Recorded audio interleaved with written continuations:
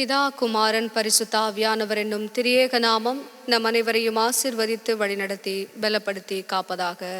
ஆமேன்.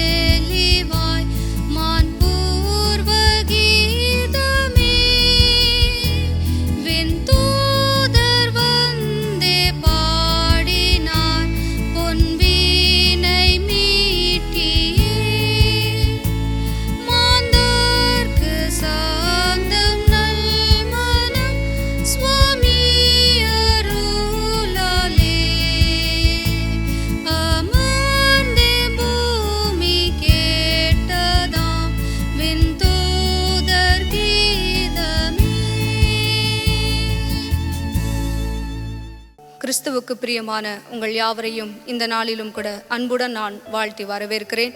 வருகின்ற காலம் நாம் கிறிஸ்து பிறந்த நாளை நாம் சந்திக்க இருக்கிறோம், அனுசரிக்க இருக்கிறோம்.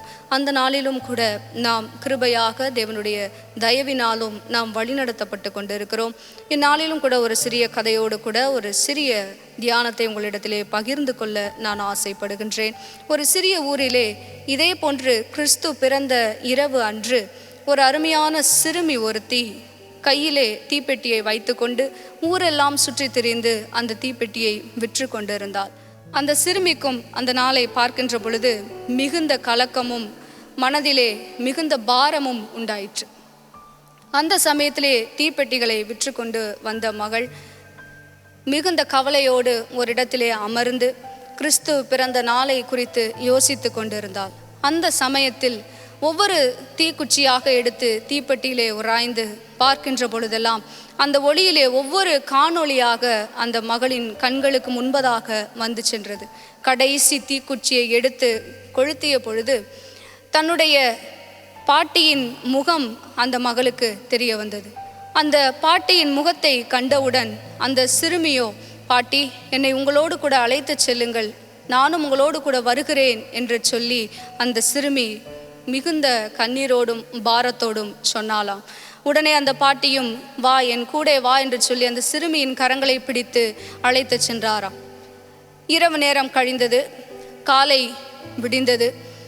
அந்த இடத்திலே கடந்து சென்றவர்கள், அந்த சிறுமி இருந்த இடத்திலே கடந்து சென்றவர்கள் எல்லோரும் அந்த சிறுமியின் உடலை பார்த்து சென்றார்களாம்.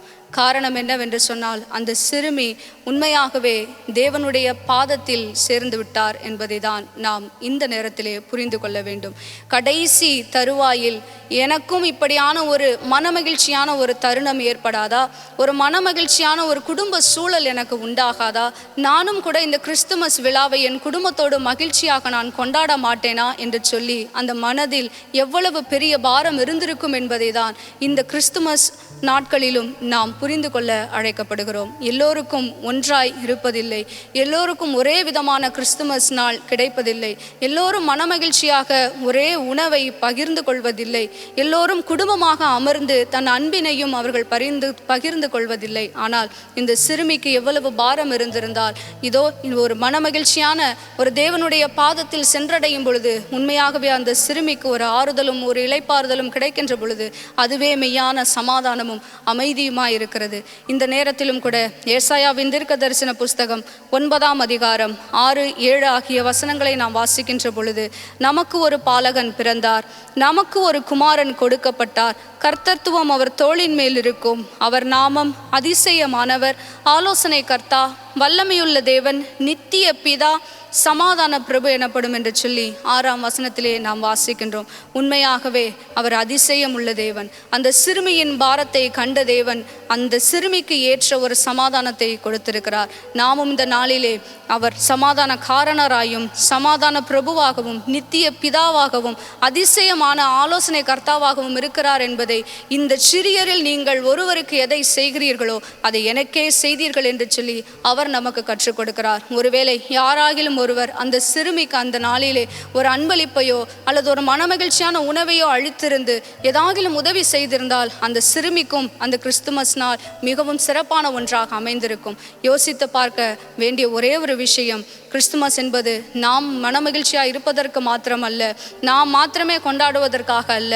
ஆண்டவர் இயேசு இந்த உலகத்திற்கு வரும்பொழுது சொல்லுகின்ற ஒரு வார்த்தை, இப்படிப்பட்டவர்களுக்காகவே நான் வந்திருக்கிறேன் என்று சொல்லுகிறார். அப்படியாகவே நாமும் அவருடைய பாதத்தில் அமர்ந்து ஜெபிக்கின்ற கிறிஸ்தவர்களாக அநேக சிறியவர்களை நாம் நினைக்கின்ற ஒரு நாளாகத்தான் கிறிஸ்துமஸ் விழாவானது நாம் கொண்டாடப்பட கடமைப்பட்டிருக்கிறோம். கர்த்தர் நம் ஒவ்வொருவரையும் கூட ஆசீர்வதித்து இந்த கிறிஸ்துமஸ் நாட்களிலும் நாம் யாராகிலும் ஒருவரை நம் கண்களில் காணுவோம் என்று சொன்னால் அவர்கள் மூலமாக தேவனுடைய கிருபையையும் தயவையும் பெற்றுக்கொள்ள நாம் அழைக்கப்படுகிறோம். சிறியவர்களை காணுகின்ற பொழுதெல்லாம் என் தேவன் எனக்கு ஒரு வாய்ப்பை தந்திருக்கிறார், இப்படிப்பட்டவர்களுக்காகவே நான் இறங்க கடமைப்பட்டிருக்கிறேன் என்று சொல்லி நாம் அவர்களுக்கு இறங்குவதற்கு தேவன் தாமே நமக்கு கிருபை பாராட்டுவாராக.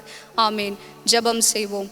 எங்களை அதிகமாய் நேசித்து வழி நடத்துகின்ற அன்பின் நல்ல பரலோக தகப்பனே, நேற்றும் இன்றும் மாறாதவரே, இதோ இந்த கிறிஸ்துமஸ் விழாவிலும் நீர் பாவிகளாகி எங்களுக்காய் இறங்கி வந்து எங்களையும் நீர் கழுவி சுத்திகரித்தீர். அதே போல இந்த நாட்களிலும் எத்தனை சிறியவர்களை நாங்கள் பார்க்கிறோமோ, இந்த பாவிகளாகிய சிறியவர்களாகிய நாங்களும் உமது இரத்தத்தால் கழுவப்பட்ட நாங்களும் மற்றவர்களையும் உமது இரத்தத்தினாலே கழுவப்படுவதற்கு ஒரு பாக்கியம் கொடுக்க வேண்டுமாய் உமது பாதத்திலே மன்றாடுகிறோம். இந்த கிறிஸ்துமஸ் நாட்களிலும் அநேகருக்கு நாங்கள் இறங்கவும் உம்முடைய தயவை பெற்றுக்கொள்ளவும் அநேகரை உம் பாதத்தில் சேர்த்திடவும் நீர் எங்கள் கிருபை தர வேண்டுமாய் மன்றாடுகிறோம். அருமை இரட்சகர் இயேசு கிறிஸ்துவின் நாமத்தில் வேண்டிக் கொள்ளுகிறோம் பிதாவே. ஆமேன்.